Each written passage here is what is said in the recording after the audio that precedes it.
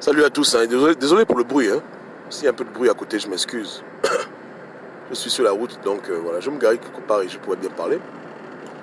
Là, la nourriture va être solide, hein. Donc on passe à table. Euh, je laisserai mes vidéos, mes pages vont rester ouvertes. Mais aujourd'hui, c'est mon dernier jour d'intervenir. Donc j'ai déjà des messages importants que je vais véhiculer. Et c'est sur ça qu'on va se quitter. Ouais, non. C'est tranquille. Hein. On gardera le contact. Donc, on parle d'un sujet important. Un sujet crucial. Un sujet qui devrait intéresser tout le monde. Dans l'ouvrage d'études anthropologiques datant de 1899, c'est-à-dire il y a plus de 100 ans, euh, on parle d'un récit intéressant. C'était un missionnaire, un anthropologue, qui est venu dans la zone qu'on appelle aujourd'hui le Gabon et qui a habité parmi différents peuples et qui raconte les us et coutumes, traditions de ces peuples, dont le peuple Ekan, le peuple Boulou, et Wando, je crois, et d'autres peuples aussi, parce que j'ai pas lu tout le livre. Hein. C'est-à-dire que dans l'ouvrage, pour l'instant, je suis juste sur la partie des Ekans, partie des Fans. Le monsieur explique que lorsque un Fan mourait, on l'enterrait d'une manière particulière. C'est-à-dire qu'on avait une manière d'enterrer les gens. Et ça m'a vraiment intéressé. Vous allez comprendre pourquoi. Dans l'ouvrage est segmenté en plusieurs points. Hein. Il parle de la vie de tous les jours, il parle de la mort, il parle de la vie, il parle des coutumes, il parle du mariage, etc. Il parle de beaucoup de points, l'alimentation, la taille. Vraiment, c'est une description précise, hein, approfondie du peuple. Donc, il était là, un peu comme avec une caméra, et il a fait une étude approfondie, documentée. Il a juste documenté ce qu'il voyait. Et c'est de là que j'ai pu apprendre qu'il y avait des femmes qui étaient roux, qui avaient les cheveux rouges, les yeux roses. Un trait génétique qui est pratiquement aujourd'hui inexistant. Ouais. Mais voilà, donc le livre, j'ai balancé le lien sur la page. Si vous voulez, je peux encore vous le redonner. C'est en anglais, mais vous pouvez traduire. Donc, pour la partie qui concerne la mort, voilà ce qu'il a écrit. Il a écrit que lorsque un Ekan décède, il n'y a aucune cérémonie d'embaumage. C'est-à-dire qu'on ne lui retire aucun organe. Écoutez bien, c'est important. Numéro 2, on creuse un trou et on l'enterre en position assise. Non pas allongé, mais assis.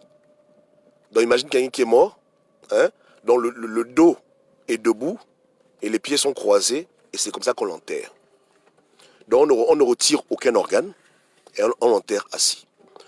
Je ne pense pas qu'aujourd'hui, il y a encore des gens qui font ça.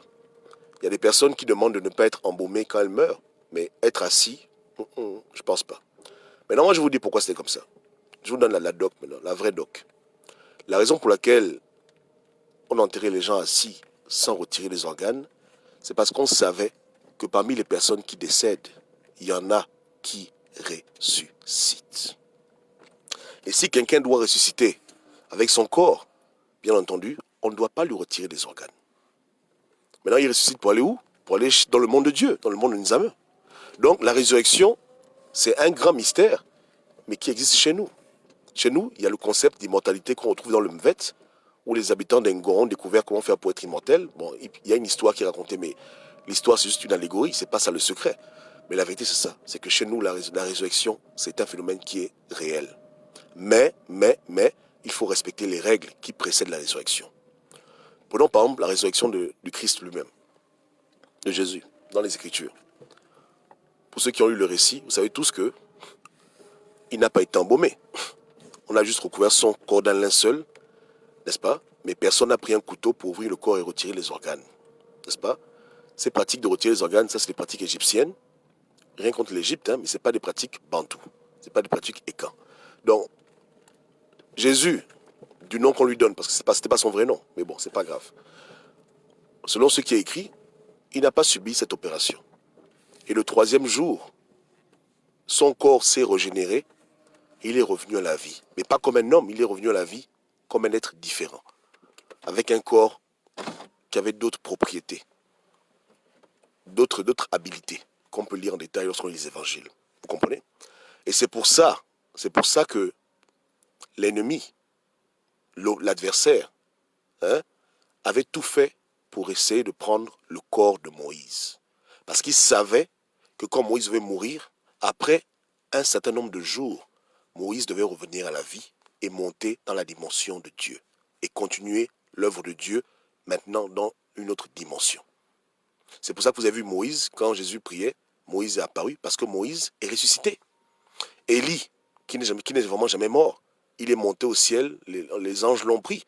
Donc les deux qui ont apparu, ce sont des hommes qui, un n'a jamais connu la mort, l'autre a connu la mort physique, mais il est revenu à la vie avec un corps nouveau. Donc le concept de résurrection n'a pas commencé dans le Nouveau Testament. C'est un concept, c'est un secret que Dieu a gardé pour les gens qu'il aime, mais qui est réel et que nos ancêtres connaissaient. Et qu'on a codifié dans le VET, etc. Mais c'est une réalité. Si vous ouvrez les tombes de vos parents, il y a beaucoup de tombes de vos parents qui sont vides. En particulier ceux qui n'ont pas fait le rite égyptien d'embaumage, qui ont été enterrés avec leur corps en entier selon la manière à laquelle les ancêtres voulaient qu'on les enterre, c'est-à-dire en position assise. Quand un homme est assis, c'est qu'il va se lever. Quand il est allongé, c'est qu'il dort.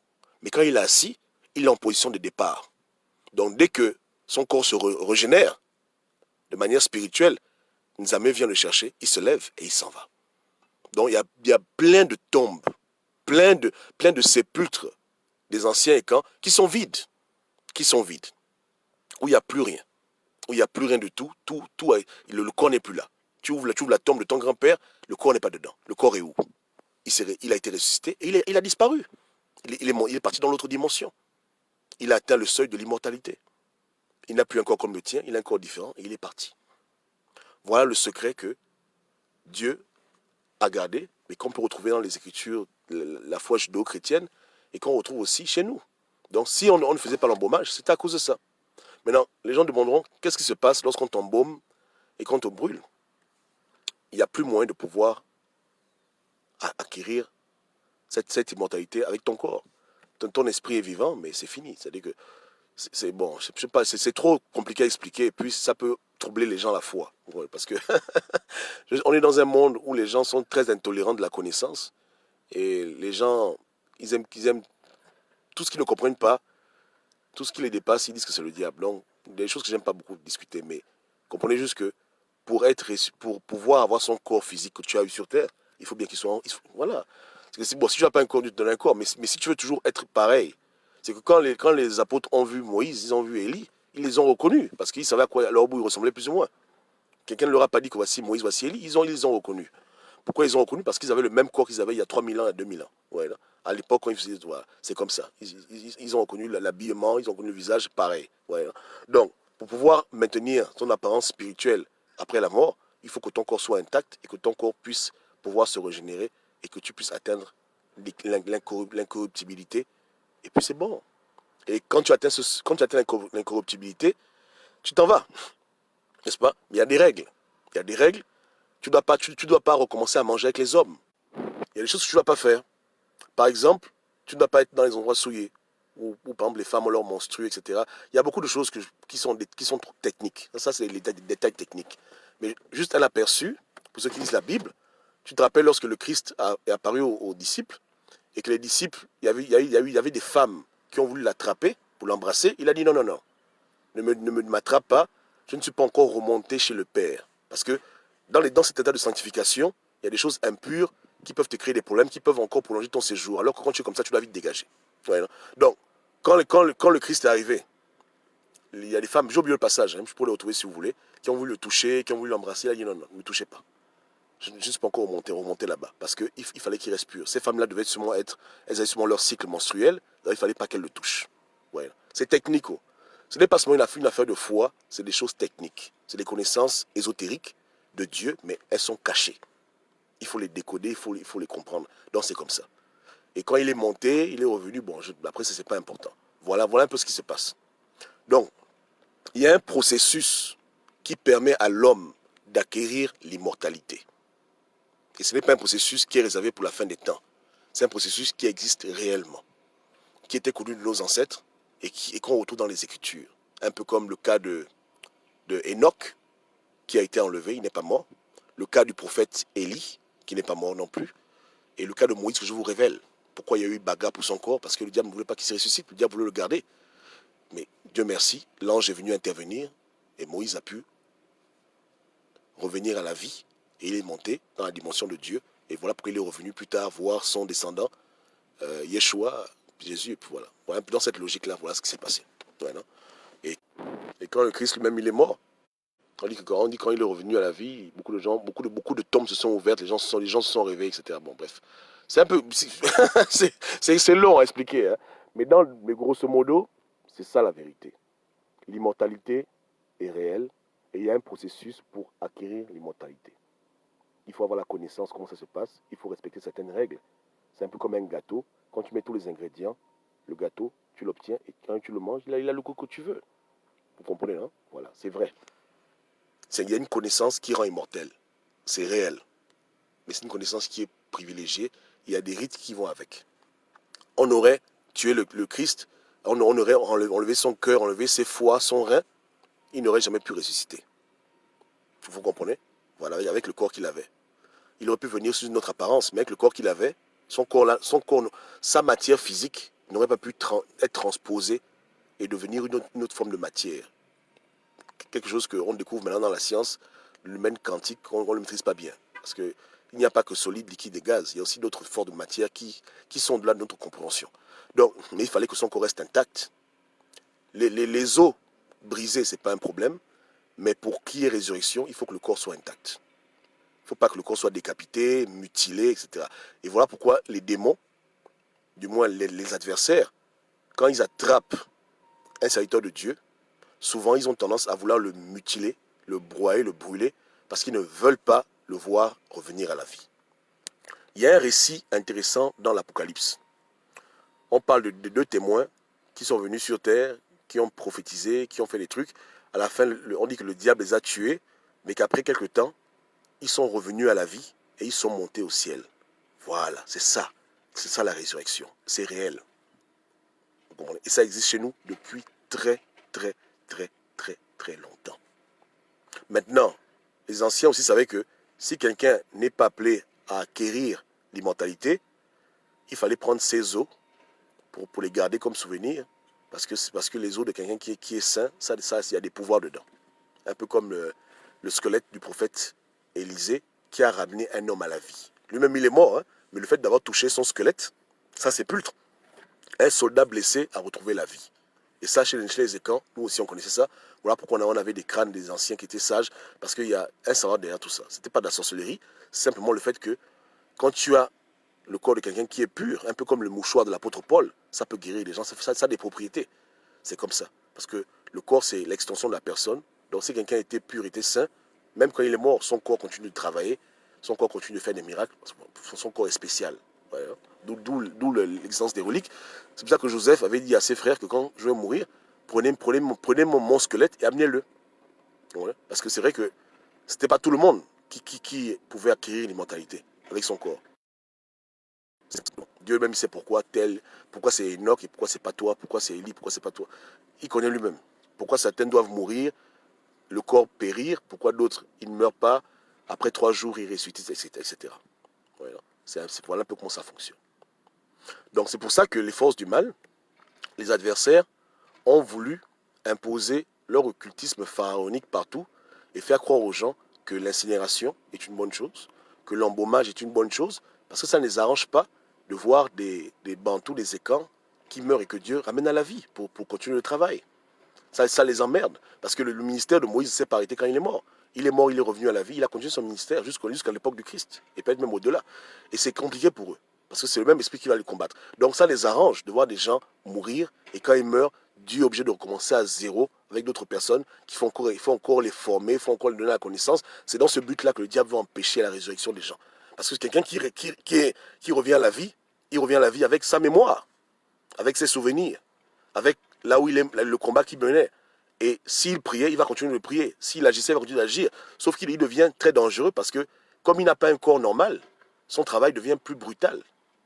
Il fait des choses, il fait plus de choses dans cette dimension. Donc ça les fatigue. Donc ça les arrange d'avoir des âmes désincarner, d'avoir, voilà, et ne pas avoir affaire à des gens qui peuvent apparaître, disparaître, venir, repartir, qui peuvent faire des choses parce qu'ils ne sont pas contrôlés par les règles du temps et de l'espace. Ils sont devenus immortels. Dieu les a rendus quasiment comme des anges. Et leur ministère continue toujours. N'est-ce pas? Voilà. Ils sont venus apporter la main forte à Jésus. Quand il priait, ils sont venus le fortifier. Ça, c'est un ministère. On appelle ça le ministère d'intercession. C'est comme ça. Il était faible, ils sont venus le fortifier. C'est comme ça. Donc, plus il y a des gens comme ça, plus ça les emmerde. Donc, ils imposent leurs règles, embaumer, incinérer. Et quand ils te tuent, ils te coupent en petits morceaux. Tout ça pour empêcher que tu puisses ressusciter si jamais tu perdais ton âme. Voilà un des mystères que je vous donne aujourd'hui. Et vous pouvez aller faire vos recherches pour approfondir, pour voir si c'est vrai ou faux. Et Dieu vous guidera. Et voilà ce qui est écrit dans ce livre d'anthropologie. Que nos ancêtres, on n'enlevait pas les organes, on les enterrait avec leurs organes en position assise. Ils ont dit en particulier les prêtres d'une guilde. Voilà, les initiés. N'est-ce pas, non? Voilà. C'était ça le commencement de leur immortalité. Et après, je ne dis pas 3 jours, hein. Après peut-être une semaine, je ne sais pas comment ça fonctionne. Honnêtement parlant, j'ai une idée, mais je ne suis pas encore bien sûr du processus exact. Mais après un temps déterminé, quelque chose se passe de miraculeux. Et celui qui était dans le sol, il se réveille, et puis il disparaît, il s'en va ailleurs, avec son corps physique. C'est comme ça. Voilà un peu ce qu'il en est de l'immortalité au niveau de nos traditions. Ouais, hein. Donc, en relation avec tout ce qu'il y a. Et c'est un mythe qu'on trouve dans le monde entier, hein, chez les Grecs, chez les Asiatiques. Ça revient. Chez d'autres peuples, c'est manger un fruit qui donne l'immortalité. Chez d'autres, c'est l'ambroisine, chez les Grecs, chez les Aztèques. Bon, chacun a développé sa conception de comment faire pour être immortel. Ouais, non? Mais chez nous, c'était une réalité. Et chez nous, il y avait un chemin pour acquérir ce stade. C'est un parcours d'initié. Et c'est une étape naturelle. N'est-ce pas, non? C'est une étape naturelle. Revenons par exemple à la Genèse. À la Genèse, on parle de... On dit, écoutez bien, on dit que Dieu a pris, il a créé l'homme, bon, voilà, et il a mis un jardin, et il y avait l'arbre de la vie, et l'arbre de la connaissance du bien et du mal. Et Dieu a dit aux hommes, ne mangez pas l'arbre de la connaissance du bien et du mal, vous mangez tous les arbres, vous faites ce que vous voulez. Ouais, non? Et quand les hommes ont désobéi, à cause du serpent, Dieu les a chassés du jardin, et les hommes n'avaient plus accès à l'arbre de la vie. Vous comprenez? C'est que les hommes n'avaient plus accès à la connaissance qui amène l'immortalité. Parce que Dieu ne voulait pas que les gens soient immortels avec un sale comportement. Parce que ça, c'est créer des petits démons. Mais ce qui s'est passé à l'époque, c'est qu'il y avait cette initiation-là, où Dieu amenait des créatures physiques sur le plan spirituel. Donc c'était comme un passage. Et Dieu le faisait avec l'aide des gens. C'est comme si Dieu te dit, écoute, c'est comme ceux qui se font initier maintenant là. C'est que tu te fais initier avec un maître spirituel parce qu'il doit te guider. Si tu vas toi manger une plante ou bien tu vas prendre des substances hallucinogènes, tu vas te perdre. Parce que tu rentres dans un monde que tu ne connais pas. Donc Dieu avait déjà prévu d'initier Adam et Ève. Mais il voulait le faire en son temps avec sa supervision. Ils n'ont pas voulu attendre Dieu. Le serpent les a blagués. Ils ont fait ça eux-mêmes. Et ça les a mélangés. N'est-ce pas? On a vu qu'Adam est devenu un menteur. Ève est devenue une menteuse, manipulateur. On le voit, hein, dès que tu lis l'histoire, tu vois que Dieu lui pose des questions. Tu as fait quoi? Il dit, oh, voilà, femme, machin. Donc, vraiment, mais un sale caractère. Hein, sans oublier le fait qu'il avait vu que être nu, c'est pas bon. Non, il a eu des connaissances, mais il était un homme mauvais, qui n'a aucune valeur, qui n'a aucune moralité, qui manipule, qui ment. Une créature qui est imparfaite ne doit pas vivre. Elle ne doit pas vivre. Vous comprenez? Ceux qui doivent vivre, c'est les gens qui sont moralement calés, qui aiment la justice, qui aiment le bien, parce que c'est les valeurs que Dieu aime. Mais quelqu'un qui est mauvais, il ne doit pas vivre, il ne doit pas être éternel. Donc Dieu les a privés de la connaissance pour être éternel, il les a chassés, hein, dans cette allégorie. Mais la connaissance, elle existe. Elle existe. Et avant Adam et Ève, moi je vous dis que d'autres hommes avaient mangé cet arbre. Voilà. Il y avait d'autres hommes qui avaient fait cette initiation et qui étaient devenus ce qu'on appelle communément des anges. Et c'est ça les anges. Les anges, ce sont des hommes qui sont devenus immortels. N'allez même pas loin. Il y a beaucoup de catégories d'anges. Il y a des anges qui sont comme des animaux, etc. Mais les anges qui ressemblent aux hommes, s'ils ressemblent aux hommes, parce que beaucoup d'entre eux étaient avant des hommes. Il y a des anges qui n'ont jamais été des hommes, c'est vrai. Mais il y a des anges aussi qui ont été des hommes. C'est-à-dire que des esprits qui étaient humains et qui sont devenus des esprits angéliques parce qu'ils sont dans le monde de Dieu et ils travaillent. Comme Élie et Moïse et d'autres personnes qu'on ne connaît même pas. Et cette initiation-là, Dieu la donne aux gens qui veulent. Quand Dieu veut que tu atteignes ce stade, il va te guider et tu vas marcher sur un chemin qui t'amènera là-bas. Il te donnera les consignes à suivre, il te donnera les préceptes à suivre et si tu suis ça à la lettre, à la fin, tu obtiendras l'immortalité. Et quand tu vois le parcours de Élie a marché sur un chemin qui l'a conduit à ce stade-là où Dieu pouvait le prendre. Donc il n'a pas connu la mort. Ouais, non? C'est comme ça. D'autres, ils meurent, ils ressuscitent. D'autres, ils ne meurent même pas, ils disparaissent. Donc on a beaucoup d'ancêtres à qui c'est arrivé. D'autres ont disparu. C'est que le gars, il dit, bon, il vous dit au revoir. Il rentre dans la forêt. On ne retrouve jamais son corps. Il n'est jamais mort. Il marche. Et au bout de son chemin, quand il marche, il arrive maintenant dans le monde de Dieu. Il voit Nzameu, il voit les ancêtres, il voit tout le monde. C'est comme ça. Il marche seulement. Sans se retourner. Il avance. Il va sur une colline, il avance. Et si tu le vois marcher, au fur et à mesure il marche, tu vois, il commence à disparaître. Tu vois, son corps commence à disparaître. Mais lui-même, il ne voit pas ça. Lui se dit qu'il est en train de marcher, mais ceux qui le voient de loin, ils voient comment il disparaît. Après, quand on vient là où il était, il n'est plus là, il a disparu. Il est dans l'autre monde maintenant. Il est avec son créateur, il est avec son père. Tout un peu. D'autres, voilà. Donc, toutes ces choses-là sont réelles. Mais le diable, quand je dis le diable, c'est l'ennemi. Il sait quoi faire pour empêcher les hommes d'atteindre ce stade. Il connaît quel genre d'alimentation on doit avoir pour ne pas pouvoir rentrer dans cette dimension. Il connaît quel genre de distraction on doit faire. Il connaît exactement qu'est-ce qu'il faut faire pour saboter ça. Hein? Il y a des gens, par exemple, ils disent aux hommes qu'ils doivent faire l'amour avec des femmes quand les femmes ont leur cycle, pour les rendre impures. Et après, ils vont dire aux gens que non, il n'y a plus de règles. La loi est bannie. Ce sont les ruses du diable. Parce que c'est pour brouiller les pistes de la vraie spiritualité qui conduit à Dieu, la vraie puissance qui délivre un peuple et qui amène à l'immortalité. Ouais, non, c'est comme ça. Vous voyez, les pasteurs, ils crient, ils ne ressuscitent personne. Ce sont des menteurs. Si un pasteur dit qu'il fait les miracles, amène-le à la mort et puis tu dis, papa, il faut faire. Vous voyez, Makosso lui-même, il se dit général de Dieu. Il a prié pour sa femme, elle n'est pas revenue à la vie. C'est comme ça. Donc, il y a des gens qui pensent qu'ils ont la vérité alors qu'ils sont dans le mensonge total. Non pas que le Christ soit un menteur, mais le Christ ne leur a pas donné cette connaissance. C'est tout. Et quand vous lisez les Écritures, vous-même vous voyez que Jésus parlait à côté avec les gens et que tout le monde n'avait pas accès à la même doc. J'ai menti. Donc le phénomène là, il est réel. Il y a des connaissances que les chrétiens n'ont pas parce que Jésus ne leur a pas donné. C'était un bantou, il ne s'appelait même pas Jésus, il ne leur a pas donné cette connaissance-là. Donc les gens, ils tâtonnent. Ils vont dans les hôpitaux prier pour les morts ne ressuscitent pas. Ils font tout et n'importe quoi, il n'y a pas le miracle, c'est faux, ils mentent. Eux-mêmes, ils meurent, même la voiture les écrase, ils meurent, ces filles, on les enterre, les embaume. Parce qu'ils n'ont pas la vraie connaissance. Donc moi, je leur dis que la vraie connaissance, elle est africaine. Moi, je peux le prouver. C'est vrai. Et tous ceux qui sont bantous, et quand ils m'entendent, ils savent que je dis la vérité. Parce que ce que je dis résonne avec leur esprit. Ça résonne avec leur esprit, ça résonne avec leur mémoire génétique, ça résonne avec leur âme. Ouais, non? Le vrai chemin, il n'est pas chez eux, il est chez nous, on doit le trouver. En tout et pour tout. C'est chez nous qu'il y a la vérité. Eux tous, ils sont dans la comédie. Ouais, non? C'est comme ça.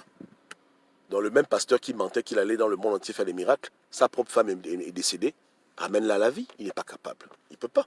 Alors qu'à l'époque, les prophètes de Dieu, quand il y avait un décès chez eux, ils ramenaient les gens à vie. Comme le prophète Élie, il l'a fait. Il habitait chez une femme, l'enfant est mort, il a ramené l'enfant à la vie. Élisée, l'enfant est mort, il a ramené l'enfant à la vie. Paul, quelqu'un est tombé du toit d'une vitre, il s'est fait mal, il est mort, Paul l'a ramené à la vie. C'est comme ça, parce qu'il avait la doc. Eux, ils pensent que c'est seulement une affaire de lire la Bible et de crier. C'est faux. C'est pas seulement une affaire de crier. C'est une connaissance d'initiés pour les initiés. C'est pas quelque chose que tout le monde a accès parce qu'il croit. C'est faux. C'est codé. Parce que Dieu ne donne pas ses bons mots à tout le monde. Et dans la fin des temps, Dieu nous révèle ces choses parce que Dieu sait qu'on a une grande bataille à livrer pour libérer l'Afrique. Une bataille de taille. Parce que nos problèmes sont graves. Donc Dieu veut préparer son armée pour la vraie bataille. Donc il faut d'abord se reconnecter à la vraie source, revenir à lui, comprendre ces choses-là et marcher dedans, passer les étapes pour être prêt. Comprenez? pour être prêt. Une fois, je parlais avec un frangin. Lui et moi, on est dans le même, la même vibration spirituelle. On est dans les mêmes recherches, les mêmes trucs. Et il m'avait dit, hein, parce que c'est un frangin du pays, que le jour qu'il rentrera au Gabon et qu'il sera prêt pour la bagarre, il va rentrer au Gabon sans prendre l'avion. C'est là où les gens sauront que le moment est venu. C'est profond. Hein. Écoutez bien la phrase. Il a dit qu'il rentrera au Gabon depuis les États-Unis sans prendre l'avion. C'est le jour-là qu'il saura qu'il est prêt. Qu'est-ce que ça veut dire? Voilà.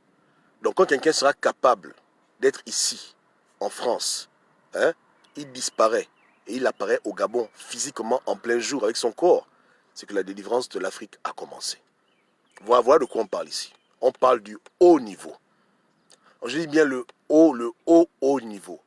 On a besoin de telles choses pour mener cette guerre. Parce que le combat, il est brutal. C'est ça là dont on parle.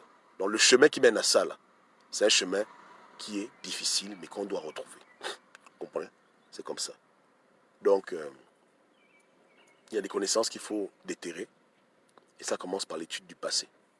Plus on se rappelle de qui on était, plus on va retrouver notre mémoire. Comment est-ce que Dieu voulait qu'on prie, etc., etc. Le matin, je parlais avec une frangine. Je disais, écoute, tu sais, Dieu ne donne pas à tout le monde les mêmes connaissances et les mêmes exigences. Par exemple, Abraham voyait Nzameu. Parce que c'est Nzameu qui apparaissait à Abraham, n'est-ce pas, non? Voilà. Le père de l'humanité, voilà. Celui à qui on est fait son image, Dieu. Et Yo, c'est invisible, il est intangible. Mais Nzameu, c'est un homme. Il faut savoir ça. C'est un homme, ouais. Donc, quand Abraham voyait Nzameu, Nzameu n'a jamais donné à Abraham tous les principes de la loi de Moïse. Il a juste dit que tes petits garçons, vous coupez le pipi. Ça s'arrêtait là-haut. Mais à Moïse, Dieu a donné beaucoup de lois. C'est comme ça. Donc Dieu ne donne pas à tous les peuples de la terre les mêmes préceptes, les mêmes interdits. Il donne à chacun ce que chacun a besoin. Ok? Voilà. Chacun, il donne ce que chacun a besoin. Donc, après avoir passé 400 ans en Égypte, dans l'idolâtrie, dans le fétichisme, la sorcellerie, il fallait bien que Dieu soit plus sévère envers les enfants d'Israël, nos ancêtres, nos cousins du moins, germains, qui ont vécu là-bas. Voilà pourquoi il a donné beaucoup de prescriptions. Mais pourquoi Dieu va te demander de ne pas manger le cochon si tu vis dans un pays où il n'y a pas le cochon? C'est ridicule. Donc Dieu donne aux gens des connaissances selon leur réalité, selon là où ils sont spirituellement et selon les combats qu'ils doivent mener. Voici un peuple qui doit conquérir une terre. Pour conquérir une terre, il faut marcher dans un chemin de pureté extrême. Abraham, lui, pouvait boire le vin, il pouvait boire le moussungu, il pouvait même peut-être même manger du porc. Dieu s'en foutait. Parce qu'Abraham ne cherchait pas à conquérir une terre. Mais Moïse, lui, doit conquérir une terre. Donc il doit être plus fort spirituellement qu'Abraham. Il doit être plus sanctifié, il doit être plus pur. C'est de là que ça vient, ces choses-là. Donc, par rapport à ton combat, par rapport à la mission que Dieu te donne, par rapport à ta destinée, Dieu te donne la prescription qu'il te faut. Plus le combat est difficile, plus la prescription, elle est difficile. Parce que tu dois te mettre au pas. N'est-ce pas, non? C'est comme ça. Et elle diffère d'un peuple à un autre, et même d'un individu à un individu. Parce qu'il y a une relation entre Dieu et nous, en tant que peuple, mais aussi une relation entre Dieu et nous, en tant qu'individu. Donc ce que Dieu me demande de faire, ce n'est pas toujours ce que Dieu te demande de faire. Chacun a ses sacrifices, chacun a ses rituels, chacun a ses prières, mais on a des prières communes, etc. Donc c'est tout cet univers-là que les gens doivent découvrir, pour pouvoir être prêts, pour pouvoir s'affûter, pour libérer le continent et rétablir l'ordre des choses, remettre le noir à sa place et arrêter le projet diabolique de vouloir éradiquer l'homme noir sur terre. L'homme noir qui est l'enfant de Dieu direct, qui est parenté à Dieu direct. Moi, j'ai eu la chance, la grâce de voir Dieu. J'ai vu à quoi Dieu ressemblait sous sa forme humaine. Et si je vous décris Dieu, beaucoup de gens ne vont même pas croire. Dieu, j'ai vu Dieu comme un homme noir, un peu âgé, un bantou, pas forcément, pas quelqu'un, un peu comme nos papas, comme nos grands-pères, pareil. La seule chose que j'ai remarqué chez lui, c'est que Dieu ne parlait pas. À chaque fois que je vois Dieu, il ne parle jamais. Et quand je le vois, il est vraiment triste. Mais il ne parle pas. Puissant, hein? Puissant, mais il ne parle pas. Il est dans un silence total. Il regarde, il observe, et il ne dit rien. mais c'est lui qui est le père de l'humanité, le père du monde. S'il passe en route, personne ne va le reconnaître. Vous comprenez, hein? S'il passe en route là, personne ne va le reconnaître. Il n'a pas une longue barbe. En tout cas, il n'a pas de barbe. Il a eu les cheveux comme un Africain, crépus. Un papa. Tu vois les papas des années 60 là, l'époque coloniale là. Quand j'ai vu Dieu, il était comme ça. Comme ça, hein, habillé simplement. Mais un papa, un âgé, pas trop âgé, mais quand même âgé. Il a l'apparence physique, c'est un gars de 60 ans, 65 ans, peut-être 70. Calme, il ne parle pas. Muet, hein, il ne parle pas. Il sait parler, mais il ne parlait pas. Parce que quand il parle, c'est dangereux. Donc, il n'est pas comme nous. Nous, on parle trop. Lui, il ne parle pas beaucoup. Silencieux, qui observe. Beaucoup de compassion, beaucoup d'amour dans ses yeux. Et noir. Plus noir que moi. Pas noir charbon, mais noir. C'est-à-dire que moi, je suis un peu brun. Lui, il était noir. Avec un peu de cheveux blancs. Mais très humble. Très, très humble. C'est que l'humilité fait cher. Tranquille, Dieu. Et les blancs savent que c'est lui, Dieu. Et c'est ça le plus grand secret de l'humanité. Ils savent que Dieu est noir et que c'est un homme. Qui venait de temps en temps voir nos ancêtres, qui venait dans le village s'asseoir avec nous, qui nous donnait des conseils, qui nous a demandé comment on devait se comporter, qui a divisé les clans, qui parlait aux gens, qui vient, qui part, qui vient, qui part. Et qui revient bientôt pour mettre de l'ordre. Voilà. Yeke. Donc, il ne faut pas perdre espoir. Faites vos recherches. Hein. Repartez dans le passé. Il y a un passage des Écritures que j'ai oublié qui dit que le salut est dans le passé. Je crois que c'est dans Jérémie, hein, j'ai oublié. Le passé est important. Le passé, c'est la clé du présent et du futur.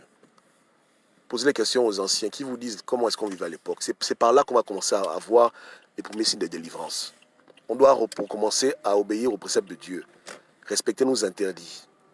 Ce que les ancêtres faisaient, ils ne faisaient pas par hasard. C'était Dieu qui leur donnait ces prescriptions-là. Je dis pour les gens de quitter leur religion. Moi, ma Bible, je veux toujours lire ma Bible. Je ne veux pas renier que à l'école du Christ, j'ai été beaucoup formé. Mais c'est Dieu lui-même qui a voulu que je passe par là. Maintenant, Dieu m'envoie dans d'autres cieux. Parce que l'Afrique doit être libérée. Donc, on repart à l'école originelle, l'école d'Akébé. Hein? L'école derrière la prison. Et maintenant, il faut rechercher la vérité. Il faut partir dans le passé. Il faut chercher ces ouvrages qu'on n'a pas. Il faut poser des questions aux anciens. Il faut redécouvrir qui on était et pourquoi ce qu'on vivait à l'époque, on ne vit plus ça maintenant. Qu'est-ce qui se passe? Pourquoi notre mode de vie nous a mis en adéquation avec nos pouvoirs, nos capacités, nos habilités? Pourquoi on est devenu efféminé? Tout ça là, ça découle du fait d'avoir été égaré loin des prescriptions de Dieu. Tu comprends? Et c'est ça l'erreur que les chrétiens ont commise. Je disais tout à l'heure à une sœur que le Christ est venu pour les peuples qui n'ont pas d'alliance avec Dieu. L'alliance avec Dieu qui n'a pas été révoquée par des péchés ou bien par la rébellion, comme un peu les Juifs, nos cousins, qui ont passé leur temps à désobéir à Dieu. Donc un peuple qui est resté calme. Et bon, un exemple simple, hein. Je donne un exemple simple, pour aller terre à terre. Ça, c'est pour mes frères chrétiens, musulmans, etc. Supposez vous-même que dans le jardin d'Éden, Adam et Ève n'auraient jamais désobéi à Dieu et qu'ils seraient restés là-bas. La vie qu'ils auraient vécue sans désobéir à Dieu, c'est la vie que les Bantous ont vécue. C'est vraiment, voilà comment vous devez comprendre l'affaire là. Et en l'occurrence, s'il n'y a pas eu péché, il n'y a pas à avoir réparation pour les péchés. Donc automatiquement, il n'y a pas Abraham, il n'y a pas Moïse, il n'y a pas Jésus, il n'y a pas un remède parce que quelqu'un est malade. Le remède, c'est quand quelqu'un est malade. Donc le Christ est venu pour ces peuples qui n'ont pas maintenu leur alliance avec Dieu, qui n'ont pas maintenu leur alliance avec Dieu à cause du métissage, à cause des guerres, des déplacements, qui ont passé des millénaires dans l'idolâtrie, dans l'adoration au génie, l'adoration au diable, etc. Il fallait trouver un moyen de les sauver, de les adopter. Donc la manifestation de Dieu est venue pour les aider eux, y compris ceux qui avaient le livre à l'époque mais qui faisaient n'importe quoi. Mais ceux qui n'ont pas été dans la désobéissance de Dieu et qui ont maintenu leur alliance avec Dieu tant bien que mal depuis le commencement, même s'ils sont un peu affectés par le péché, ce n'est pas comme les autres. Donc à eux, Dieu n'a pas besoin de leur demander de tout laisser parce que leur prescription, elle est bonne pour eux. On ne change pas l'ordonnance d'un patient comme ça. La loi était une ordonnance. Ils ont eu un meilleur médicament pour eux. Mais nous, on n'a jamais eu la loi telle que Moïse l'a eu, mot pour mot. On a des choses qui sont similaires, mais qui étaient adaptées à nous. Donc, prendre le médicament de l'autre, même si c'est un bon médicament, ça te crée des problèmes. Si aujourd'hui tu commences à prendre le médicament du cancer et que tu n'as pas le cancer, tu vas mourir. C'est ça la réalité. Et quand tu vas mourir, tu seras faible. On va t'abuser, on va te marcher dessus. Et c'est ce qui s'est passé. Donc, un bantou peut être chrétien s'il veut. Pour moi, c'est ma conception. Mais qui comprennent bien que le blanc va toujours le dominer parce que la chrétienté n'est pas venue pour régler ce genre de problème. C'est venu pour ramener. C'est venu pour amener des peuples perdus, des peuples qui n'ont pas avec Dieu une alliance, des peuples qui sont dans le monde entier garés à Dieu. Un chemin comme ça. Mais nous, les bantous, les écans, c'est un médicament dont on n'a pas besoin. On peut s'en passer. Parce que nous, on a la connexion avec Dieu par le sang, direct. Et c'est ça qu'on a négligé au profit d'autres choses. Ouais, non? Donc voilà un peu ce qui est. Donc ça ne dérange pas, mais si tu continues, si les gens restent dans leur position, ils ne verront pas l'Afrique se libérer. Pour que l'Afrique se libère, on doit repartir vers le passé et vivre selon la manière à laquelle nos ancêtres voulaient qu'on vive, que Dieu leur a enseigné, prier comme ils voulaient qu'on prie et l'invoquer dans ce problème par rapport à notre connexion avec lui et par rapport à ses promesses qu'il nous a faites. C'est ça en fait le truc. Donc pour libérer l'Afrique, on n'a pas le choix, il faut faire un choix et accepter qui nous sommes. Vous comprenez? Les Blancs auraient dû aller évangéliser les peuples qui ne connaissent pas Dieu. Ils sont venus donner le médicament à la mauvaise personne. Si tu prends un patient, tu lui donnes les médicaments d'une maladie, il n'est pas malade, tu vas le tuer. À force de prendre le médicament qui n'est pas son médicament, tu le tues. Et même des gens comme Jean-Baptiste le prouvent. Jean-Baptiste n'a jamais été baptisé. Vous n'avez pas remarqué ça? Que Jean-Baptiste lui-même n'a jamais été baptisé.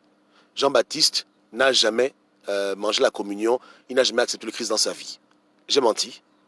Je dis, hein, Jean-Baptiste n'a jamais accepté Jésus dans sa vie. C'est lui qui a baptisé Jésus. Il n'a jamais été disciple de Jésus. On se comprend, non? Maintenant, on va dire qu'il n'est pas sauvé, qu'il n'est pas avec Dieu. Il est avec Dieu. Donc, ce qui s'est passé là, c'était pour une catégorie de personnes. Mais quelqu'un qui est parenté à Dieu, et qui n'a pas oublié qu'il est parenté à Dieu, et qui est resté quand même fidèle dans la lignée pour maintenir son sang par rapport à son héritage, qu'il n'y a pas eu trop de métissage chez nous. Voilà pourquoi quand on fait notre généalogie, on cite le nom de nos grands-pères, et dedans, il n'y a pas Monsieur Dupont. En tout cas, moi, je n'ai pas Monsieur Dupont dans ma généalogie. Voilà. Il n'y a pas de Monsieur Jean-Charles, c'est seulement des noms et camps, jusqu'à Dieu. C'est que nos ancêtres respectaient ça. Dieu leur demandait de rester seulement entre eux, faire des enfants entre eux, pour maintenir cette lignée. Voilà. C'était important. Voilà un peu grosso modo ce qu'il en est. Hein. Ok. Donc, que Dieu vous garde. Faites vos recherches et que Dieu nous assiste. Aujourd'hui, c'est le dernier jour. Je laisserai les vidéos sur la page, hein, pour que les gens puissent les écouter. Mais Messenger, je ferme. Hein. Voilà, WhatsApp aussi, pareil, Skype, tout ça, là, tout ça, on close. Le travail est terminé. Moi-même, j'ai beaucoup de choses à faire. J'ai beaucoup de recherches à faire moi-même. Donc, c'est un temps important. Je dois me dédier à autre chose. Mais c'est là. Donc, vous avez accès à ça. Je ne vais rien enlever du tout. Ouais, à part si Facebook eux-mêmes ils ferment ma page quand je ne suis pas là. Ouais, mais le départ sera définitif et permanent. Ouais. Mais on reste ensemble en esprit. On reste connecté en esprit. Et puis voilà. Que Eyo nous aide. Yeke, yeke. Ok. Ciao, ciao.